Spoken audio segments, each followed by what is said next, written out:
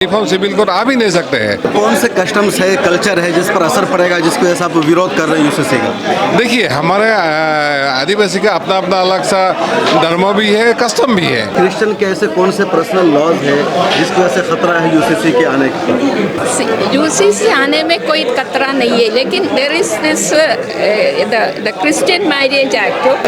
आप क्यों विरोध कर रहे हैं यूसीसी का?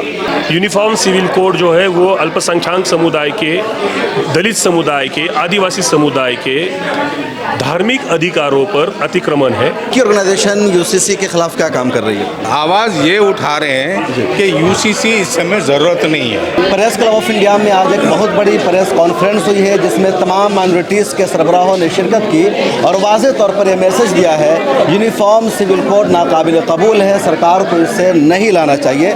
इस प्रेस कॉन्फ्रेंस से खिताब करने वालों में शामिल है MP नव कुमार सरियानी जी, जो मशहूर ट्राइबल लीडर है और MP भी हैं। आपका क्या कहना है, सरकार का एजेंडा क्या है इसके लाने के पीछे? देखिए, मुझे लगता है ये टोटल पॉलिटिकली मोटिवेटेड है। वो सिर्फ माइनॉरिटी को साधने के लिए किया है, लेकिन ये गलत है। आप देखिए, हमारा यहाँ यूनिफॉर्म सिविल कोड आ भी नहीं सकते हैं। आप पहला एग्जाम्पल ये है, जो सुशील मोदी जी है, ये है, उन्होंने तो बोला ही है जो नॉर्थ ईस्ट को उससे हटा ही है। तो नॉर्थ ईस्ट में सिर्फ आदिवासी का, ट्राइबल का 10% है, बाकी रेस्ट ऑफ 90% अदर में है। जहाँ 5th शेड्यूल जा रहा है, एकदम गुजरात से मतलब आपको मध्य प्रदेश, छत्तीसगढ़, झारखंड सब में आएगा। तो मतलब उसको भी पता है ये डाइवर्सिटी का कंट्री है। तो मुझे लगता है जस्ट पॉलिटिकली मोटिवेटेड है। ऐसे कौन से कस्टम्स है, कल्चर है जिस पर असर पड़ेगा, जिसकी वजह से आप विरोध कर रहे हैं यूसीसी का? देखिए, हमारे आदिवासी का अपना अपना अलग सा धर्म भी है, कस्टम भी है, और कस्टमरी लॉ भी ज़्यादा चलता है। आप देखिए, जहाँ जहाँ जो शिक्षण है, कस्टमरी लॉ चलते हैं, तो उसमें कोई दोहरा नहीं है, वो अलग सा है। तो उन्होंने अपने लिए अलग से धर्म कर भी मांग कर रहे हैं, ठीक है। तो सिर्फ हमने जैन समाज को देखा, मुस्लिम समाज को, क्रिश्चियन को, सबको है। और वैसे आदिवासी तो अपने आप में फंस गया है दलदल में। वो तो क्रिश्चियन में है, कोई हिंदू में है, कोई अपना कस्टमरी लॉ करते हैं। तो आपस में उनको भी लड़ाने का कोशिश कर रहे हैं जी। तो मुझे लगता है ये सही नहीं है। और अगर सब सेक्टर को बात करके अगर लगता है ये सही है, तो हो सकता है इतना हड़बड़ी में और अपने आप में ये कंट्राडिक्शन है उनका। तो ये सिर्फ माहौल बिगाड़ने के लिए। आपको लगता है तमाम आदिवासी समाज और ट्राइबल साथ देंगे इस मोमेंट का? हाँ, श्योर। ये मैंने बोला ना, जब नॉर्थ ईस्ट को तो थोड़ा डरते हैं, वो ऑर्गेनाइज है, लेकिन 5th शेड्यूल भी अभी ऑर्गेनाइजर है। मैं देखिए, मैं एक आदिवासी होने के नाते मेरा भी रिस्पॉन्सिबिलिटी होता है जो सारा लोगों को इकट्ठा करने का, और ये मुहिम तैयारी चल रहा है। बहुत शुक्रिया। हमारे साथ मौजूद क्रिश्चियन कम्युनिटी को रिप्रेजेंट कर रही है, नाम पेपर में इनका लिखा हुआ। मैम, इन्होंने अपना तारुफ भी करा दीजिएगा और बताइएगा कि आपका क्या एजेंडा है इसको लेकर के। एजेंडा तो हमारा, तो हम अपना कम्युनिटी में जाएंगे जी जो बोले ना से, हम तो ये डिसाइड करने के बाद पहले तो हमारा कम्युनिटी को अवेयरनेस दे देंगे, और उसके बाद बाकी जो लोग हैं जिनका यही सोच है, उनके साथ मिलके हम लोग काम करेंगे, क्योंकि हमारा देश में आपको पता है क्या चल रहा है अभी। आपको क्या लगता है क्रिश्चियन के ऐसे कौन से पर्सनल लॉज है जिसकी वजह से खतरा है यूसीसी के आने का? यूसीसी आने में कोई खतरा नहीं है, लेकिन there is this the Christian marriage Act. Okay, suppose there is a provision which says that the priest or the head of the church will perform the marriage, and in accordance with that, suppose the UCC comes, that celebrations, that religiosity will not be there. So we are apprehensive about how they are going to perform this, or what is their draft. We have not seen. Now you are asking us to discuss and give our comments to something हम लोग नहीं देखा है। अच्छा, अभी law commission ने राय मांगी थी यूसीसी पर, तो क्या आपने अपनी कम्युनिटी में मुहिम चलाई थी कि लोग राय भेजें इस पर अपना? हमने भेजा है, हमने बोला इसके हम तो जेंडर जस्टिस के लिए हम सपोर्ट सपोर्ट कर रहे हैं और हम अपना कम्युनिटी में देखेंगे जहाँ पर जेंडर जस्टिस नहीं है हम खुद उसमें एड्रेस करेंगे। लेकिन ये सरकार हमें अभी तो ये स्मगल तो अच्छा नहीं है, यूनिफॉर्म सिविल के लिए अभी ये मगल अच्छा नहीं है, क्योंकि आपको पता है हमारा देश में क्या हो रहा है, एक दूसरे को बिगड़ने के बाद चलाता है। आप देख लो 2002 से गुजरात के डुप्लीकेट हो रहे हैं अभी मणिपुर में, कोई बोलते हैं? बोलने वाला नहीं है। हमारा प्राइम मिनिस्टर लोग क्यों चुप बैठे? आप इसका सवाल देना चाहिए ना, प्राइम मिनिस्टर सामने आके खुद बोलना चाहिए लोगों को, उनको बोलना चाहिए, उनको विश्वास देना चाहिए जो हो गया बंद करो। उनका गवर्नमेंट चला रहे उधर, उनका गवर्नमेंट है, वो खुद बंद कर सकते हैं, लेकिन क्यों नहीं करते हैं? कितना लोग मर गए और लेडीज को नंगा परेड करके naked parade on the road and gang rape. And आप बोलते रहते हैं बेटी बचाओ बेटी पढ़ाओ, किसको सुनवाने के लिए आप बोल रहे हैं? ये सच है कि नहीं?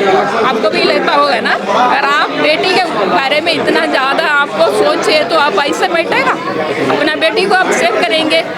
मैं ये सोच रही हूँ हमारा प्राइम मिनिस्टर को कोई दिल है, if he has a heart he will not give this. It is very painful for us. As a woman I feel the pain of the women of Manipur, and therefore uniform civil code is just another election bank. It is, they don't mean what they say.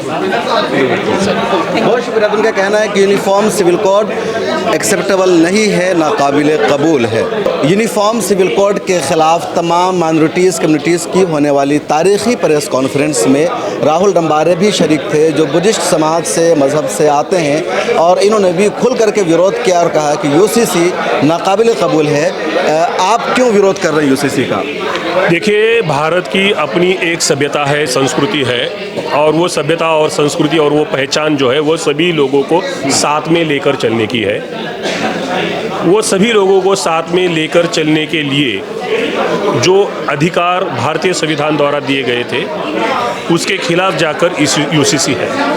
Uniform civil code जो है वो अल्पसंख्यक समुदाय के, दलित समुदाय के, आदिवासी समुदाय के धार्मिक अधिकारों पर अतिक्रमण है, इसलिए हम सब उसका विरोध कर रहे हैं। आप जो बुद्धिस्ट समाज से आते हैं और बुद्ध को अमूमन हिंदू ही माना जाता है, तमाम राइट्स दिए जाते हैं, तो क्या आपको लगता है आपके भी खिलाफ आएगा यूसीसी?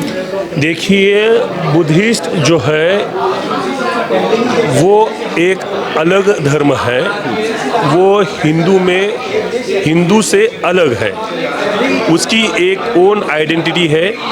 हालांकि बुद्धिस्ट समुदाय में बुद्धिस्ट पर्सनल लॉ बोर्ड के बारे में पिछले 20 सालों से लंबी लड़ाई शुरू की गई। एक बुद्धिस्ट पर्सनल लॉ बनाया जाए, बुद्धिस्ट कोड ऑफ कंडक्ट लागू किया जाए, केंद्र सरकार को हमेशा से मांग की गई थी।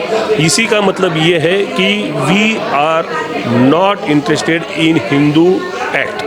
मतलब आप लोगों की मांग है सरकार से? बिल्कुल। तो सरकार कबूल नहीं करे, क्या कहा जाता है सरकार की तरफ से? सरकार जो है वो अपना हिंदुत्व का एजेंडा सभी माइनॉरिटी पे थोपना चाहती है। उसके लिए उनके पास 2 माइनॉरिटीज़ जो है, 3 माइनॉरिटीज़ जो है, जैन है, बुद्धिस्ट है और सिख है, उनको उन्होंने अपने झांसे में लिया हुआ है। लेकिन थोप रखा है उन्होंने ऑलरेडी। बिल्कुल उसके विरोध में तो सब चल रहे हैं। सिख समुदाय जो है वो देख रहे हैं कि वो अपना पर्सनल लॉ बना रहे हैं, उस पर से वो काम कर रहे हैं। बुद्धिस्ट मांग कर रहे हैं, जैन अपनी तरफ से अगली लड़ाई लड़ रहे हैं अपनी। सरकार इन सब के पर्सनल लॉ को एक्सेप्ट नहीं कर रही है? बिल्कुल नहीं कर रही है। अच्छा, आपने ये नेशनल कॉन्फ्रेंस फॉर माइनॉरिटी, ये क्या ऑर्गेनाइजेशन है, क्या काम? नेशनल कॉन्फ्रेंस फॉर माइनॉरिटी देश के सभी माइनॉरिटी के ऊपर काम करने वाली व्यक्ति, संस्था, संगठन जो है एट्रोसिटी ऑफ डेवलपमेंट के बारे में उनकी एक अम्ब्रेला ऑर्गेनाइजेशन है। इस ऑर्गेनाइजेशन के तरफ से हमने पिछले 3 महीनों से यूसीसी के संबंध में कई सारे प्रोग्राम किए। बॉम्बे में प्रोग्राम, मुंबई में प्रोग्राम किए, महाराष्ट्र में, पुणे में, औरंगाबाद में, सभी जगह में प्रोग्राम किए गए।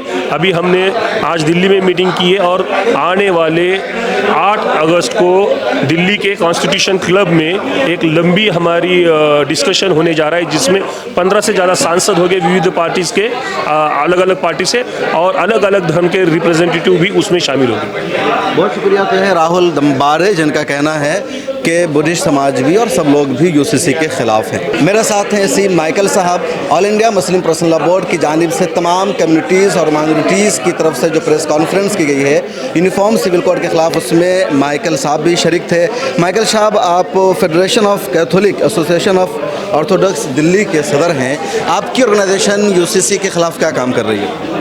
नहीं, हम लोग आवाज़ ये उठा रहे हैं कि यूसीसी इस समय ज़रूरत नहीं है, क्योंकि अगर यूनिफॉर्मिटी लाना है, पहले हम सबको एक ट्रेनिंग तो दें। कुछ अभी तक तो कानूनी हमें पता नहीं है क्या लाने वाले हैं। तो अगर सरकार अपने गुड इंटेंशंस हमको सही तरह से बता दें वो इस यूसीसी के नाम पे क्या लाना चाहते हैं, तो फिर हम बता सकते हैं। अभी तो हम अंधाधुन तीर चला रहे हैं। तो अंधाधुन तीर चलाना भी सही है या नहीं है आपका? नहीं, तीर चलाना वो अंधाधुन तो सही नहीं होगा, कभी भी सही नहीं होगा, लेकिन सरकार को बताना तो पड़ेगा ना, क्योंकि लॉ कमीशन ने जवाब मांगा है हमसे।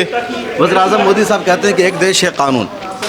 क्या एक देश कानून हो सकता है? आज के टाइम पे है क्या? हरियाणा के खाप पंचायत पे अभी जो कानून है उसको मानते हैं? अभी भी वो खाप पंचायत बोलता है बहू बेटी का फैसला हम करेंगे, कानून नहीं कुछ कर सकता है। तो बाद में कौन सा कानून, आप नया कानून ले आओगे जिसको खाप पंचायत मान लेगा? बताएं। लेकिन वो तो कह रहे हैं कि सबको ख़त्म करके कानून लाएंगे, खाप पंचायत को भी कानून खत्म तो अभी भी है ना आपके पास। क्या खाप पंचायत आपकी कानून मानता है बहू बेटी के बारे में? अच्छा, जो क्रिश्चियन है उनके भी अपने पर्सनल लॉ है, ईसाई पर्सनल लॉ, उनकी तरफ से वो बेदारी सामने नहीं आई है, वो विरोध सामने नहीं आया जब लॉ कमीशन ने राय मांगी, जिस तरह मुस्लिम पर्सनल लॉ बोर्ड या मुसलमानों में नजर आई है। किसका नहीं आया?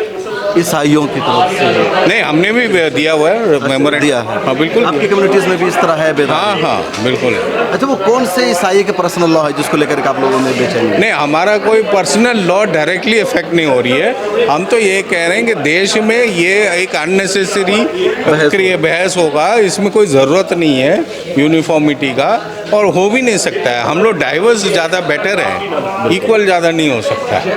बहुत शुक्रिया। मिलत टाइम्स को आपकी ज़रूरत है, हमारी आप माली मदद करें।